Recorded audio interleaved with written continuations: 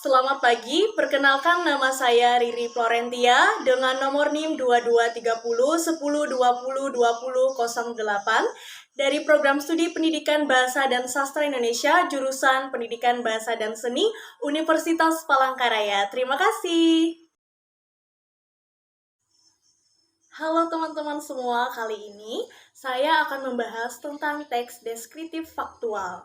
Di sini, saya akan membahas beberapa bagian tentang teks deskriptif faktual, yaitu yang terdiri dari 6 bagian. Yang pertama kita akan membahas tentang pengertian, lalu yang kedua kita akan membahas tentang ciri-ciri, lalu yang ketiga kita akan membahas struktur, lalu yang keempat kita akan membahas langkah-langkah atau cara penulisan teks deskriptif faktual itu seperti apa, lalu yang kelima kita akan membahas tentang jenis-jenis teks deskriptif faktual, lalu yang keenam kita akan membahas tentang contoh teks deskriptif faktual, lalu kita akan mengidentifikasi atau menganalisis teks tersebut.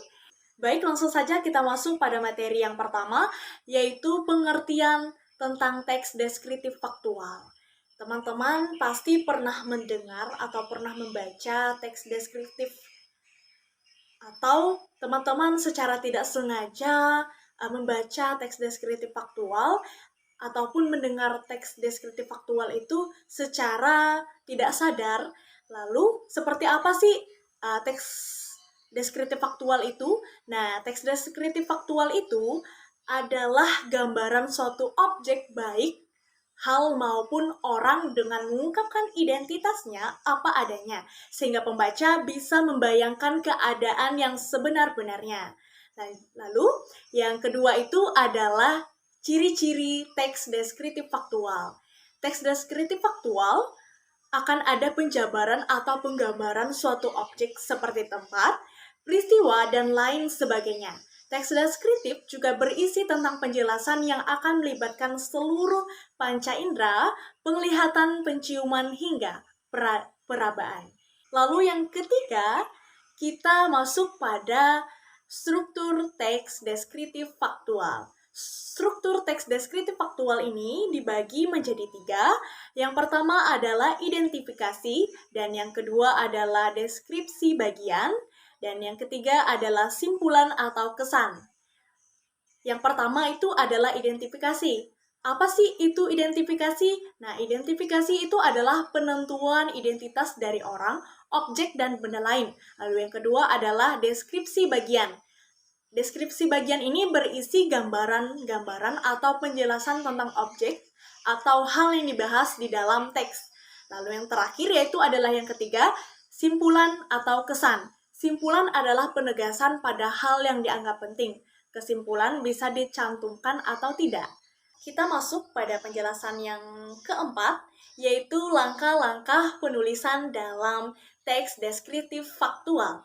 Yang pertama itu, kita harus menentukan objek yang akan dideskripsikan. Lalu yang kedua, kita akan membuat judul yang sesuai dengan objek yang sudah kita tentukan tadi.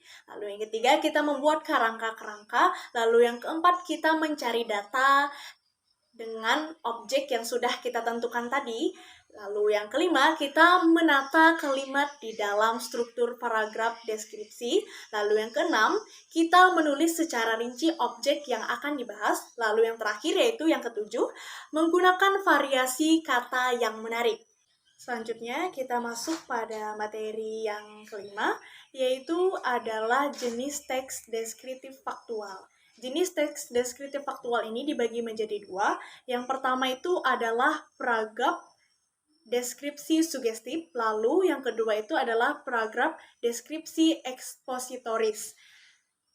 Yang pertama adalah paragraf deskripsi sugestif adalah jenis karangan yang dalam penjelasannya berusaha menciptakan suatu penghayatan terhadap subjek atau objek yang digambarkan melalui sebuah permohonan dari sang pembaca.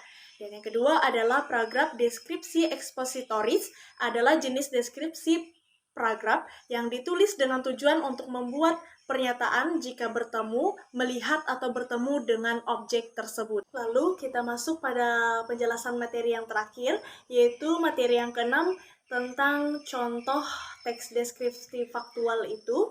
Lalu kita akan mengidentifikasi atau menganalisis contoh teks deskripsi faktual itu. Baik, kita masuk pada contoh teks deskriptif faktual yang saya ambil dari artikel yang berjudul mengenai burung enggang sebagai salah satu filosofi kehidupan suku Dayak.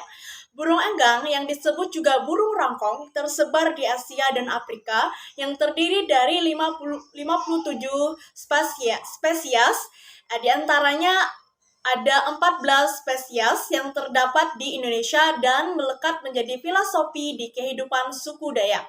Pada paragraf yang kedua, makna dalam filosofis burung enggang dalam kehidupan suku Dayak Kalimantan begitu melekat, bahkan dapat kita jumpai dan lihat pada acara kesenian dan budaya di daerah Kalimantan Tengah, di mana burung enggang ini kerap digunakan sebagai atribut di beberapa kesempatan. Burung ini diakui memiliki makna mendalam bagi suku Dayak dan masih kental dengan budaya serta kearifan lokal masyarakat setempat. Kita masuk pada paragraf yang ketiga dan yang keempat. Enggang gading merupakan salah satu jenis burung rangkong yang memiliki ukuran terbesar, baik kepala, paruh, dan tanduknya yang menutupi dahinya. Enggang gading ini terdapat di Indonesia yang dikenal dan memiliki filosofis yang tinggi bagi suku Dayak.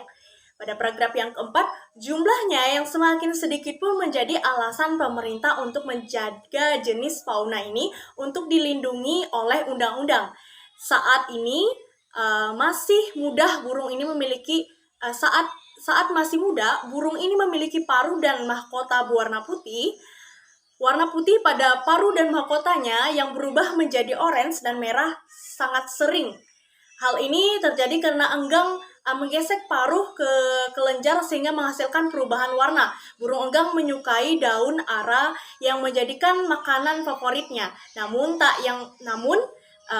jarang pula serangga, tikus, kadal, dan burung kecil menjadi santapan. Pada paragraf yang terakhir, yaitu paragraf yang kelima, suku Dayak Kalimantan dalam kehidupannya sangat erat dengan fauna gagah, yaitu cerita dan mitos terkait kisah burung enggang yang berbeda di setiap daerah. Seperti salah satu kisah mengatakan bahwa burung enggang merupakan penjelmaan dari Panglima Burung. Panglima Burung adalah sesosok yang sangat tinggal di gunung pedalaman Kalimantan dan berwujud gaib dan hanya akan hadir saat perang. Pada umumnya, burung ini dianggap sakral dan tidak diperbolehkan untuk diburu, apalagi dimakan.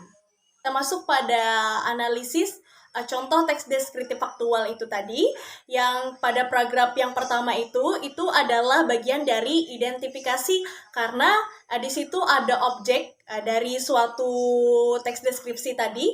Lalu pada paragraf yang kedua dan ketiga yaitu termasuk struktur deskripsi bagian karena di situ memaparkan tentang penjelasan objek secara keseluruhan.